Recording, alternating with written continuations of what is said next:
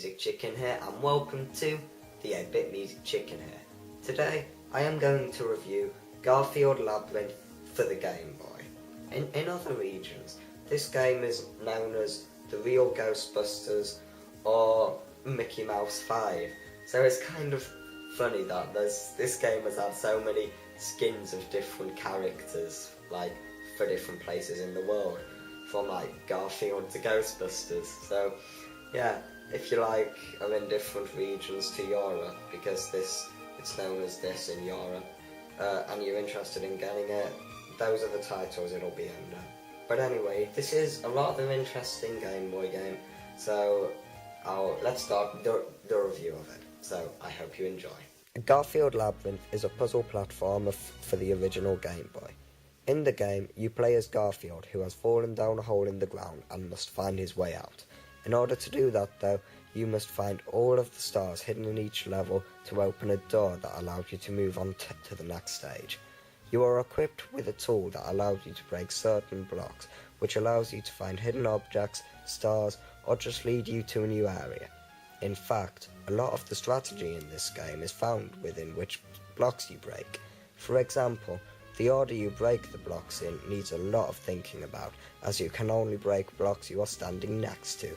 As well as this, the blocks will reappear after not long and kill you, so this, along with the time limit, really adds to both the strategic nature of the game and the hectic nature of the game as you are timed. Also, there are quite a lot of different enemies in this game, but they all pretty much do the same thing, so there isn't an awful lot of variety with them. However, they still lend themselves to the game well and can be defeated with bombs. You get bombs and other items by finding them in an area, and to use them, you press start and select the item you want. There are a lot of items as well as just bombs though, such as keys and to open doors, a heart which increases your health bar at the bottom left of the screen, and a flask that makes you invisible for a short time. The level design in this game is fairly good for the most part, and the majority of the stages offer a fun puzzle element with a consistent yet slowly increasing difficulty as you progress further in the game. However, a few odd stages are really not so good. For example, Stage 8. In this stage, the really fun to play puzzles are gone and replaced with a guessing game that can only be done with a great amount of trial and error, and for a puzzle platformer, this really detracts from the experience. As well as this, you will also come across gems that look like they belong in the background, but actually teleport you back to a previous point of the level. Teleports were in the game before this and actually worked really well, but looked completely different to this gem. Once again, you can only know to avoid this gem with trial and error. To make this abomination of a stage even worse, you will later see that another part of the background that looks completely different to that gem also teleports you, and is also used as both a ladder and a load of platforms at the same time. Why did they do this? And it's a shame that they did, as most of the stages in this game are designed really well. However, I do have another minor complaint with the level design. Occasionally, you will be forced to make a leap of faith, not knowing what is beneath you. This can often hurt you and sometimes kill you, but as this doesn't happen much in the game, I do think that the designers could have added a control allowing you to look up or down. The controls in this game are very simple.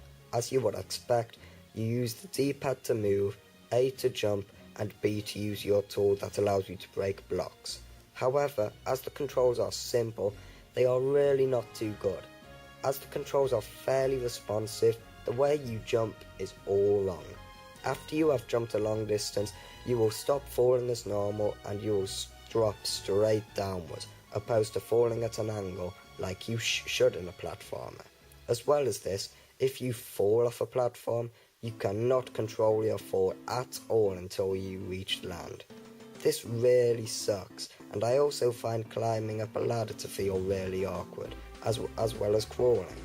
However, when you get the hang of the controls, they shouldn't stop you from having fun with the game too much. The music, on the other hand, is very good, with a variety of songs which are simple yet very nice to listen to and catchy. As well as this, the graphics are really quite detailed and fits the cartoony feel Garfield should have. To conclude, Garfield Labyrinth does have its problems, but when you look past the problems, a lot of positives can be found. When you get the hang of the game, its issues won't stop you from appreciating the fun puzzles, and you will see that the game is a fun game to casually sit down and relax with for a few minutes. So, if you enjoy puzzle platformers, maybe give it a try. So, I hope you enjoyed this review of Garfield Labyrinth. Tell me what you thought of it in the comments, and I'll see you next time. Bye!